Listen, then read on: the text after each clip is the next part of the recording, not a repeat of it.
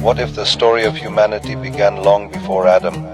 What if countless civilizations lived and disappeared before the first human being known to history walked the earth? Chapter 65 of Haft al-Shareef presents a remarkable vision of creation, one that stretches across immense spans of time and reveals a universe far larger than most people imagine. The chapter begins with al-Mufaddal speaking to Imam Jafar al-Sadiq. Al-Mufaddal admits that he has heard teachings from some believers that his heart finds difficult to accept. Before al-Mufaddal can explain further, the Imam identifies the subject immediately. He asks whether the troubling teaching concerns the claim that several Adams existed before the Adam known to humanity. Al-Mufaddal confirms that it does.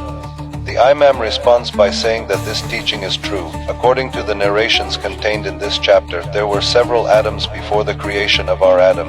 Entire ages of humanity existed before the current cycle of history. Those earlier peoples lived their lives, received judgment, entered paradise or hell according to their deeds, and eventually passed away as new creations emerged after them.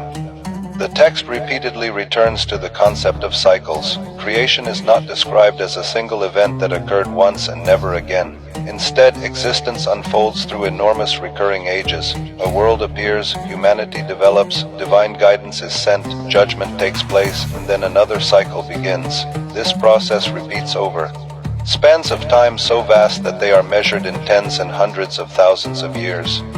Several narrations describe 7 Adams who existed before the Adam familiar to us. Other traditions mentioned in the chapter expand the number to 21 Adams.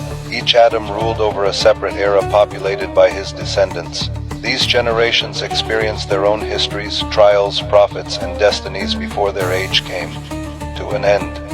The chapter also suggests an explanation for a famous question found in the Quran. When the angels asked God whether he would place upon the earth a being who would spread corruption and shed blood, the text suggests that they already possessed knowledge of previous creations that had lived before Adam.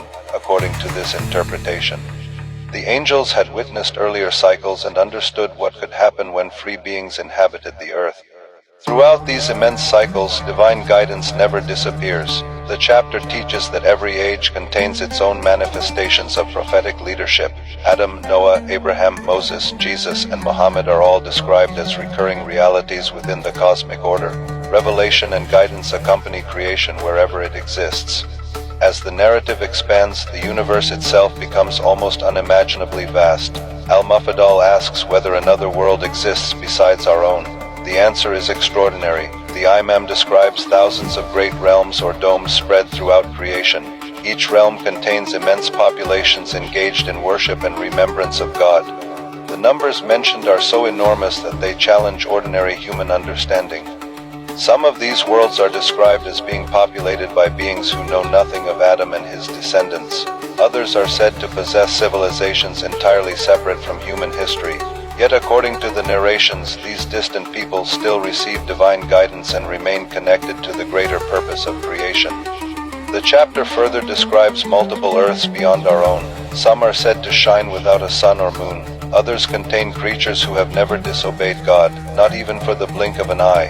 In these realms, the inhabitants are unaware of iblis and know nothing of rebellion. Their existence unfolds in complete obedience to their Creator. These descriptions create a picture of a universe filled with life, intelligence, and spiritual purpose. Humanity is not portrayed as the sole focus of creation. Rather, the human world becomes one small part of an immeasurable cosmic reality extending far beyond the visible heavens. The chapter then turns toward the destiny of souls. According to these narrations, believers who complete their journey successfully undergo a profound transformation. They become beings of light and closeness to God. Some traditions describe them as becoming angels, while others call them spiritual human beings who dwell in divine presence and converse with their Lord. Paradise is presented not simply as a reward but as an ongoing state of perfection and growth. The righteous move from blessing to greater blessing, from light to greater light, and from one degree of divine favor to another. Their joy continually increases as they draw nearer to their Creator. The fate of the wicked is described in stark contrast. The chapter speaks of degradation and transformation in two lower forms of existence. Several narrations describe a condition called mask, a state associated with humiliation and spiritual decline. The message conveyed throughout the text is that every soul eventually becomes a reflection of the choices it made during life. Another major theme of the chapter concerns the role of the imams. The narrations repeatedly describe them as divine proofs, custodians of sacred knowledge, and guides appointed for creation. According to the text, God never leaves a world without guidance. Whenever a new people are created, divine representatives are sent among them. The chapter even portrays the imams as fulfilling a role that extends beyond the boundaries of earthly history. Whenever one cycle ends and another begins, they remain connected to the process of divine guidance. They serve as signs pointing creation toward its creator and preserving sacred knowledge across the ages. Many passages emphasize the hidden nature of this knowledge. The imams repeatedly advise caution, warning their followers not to reveal certain teachings to those who are unprepared to receive them. Spiritual truths, according to the text, must be approached gradually and with understanding.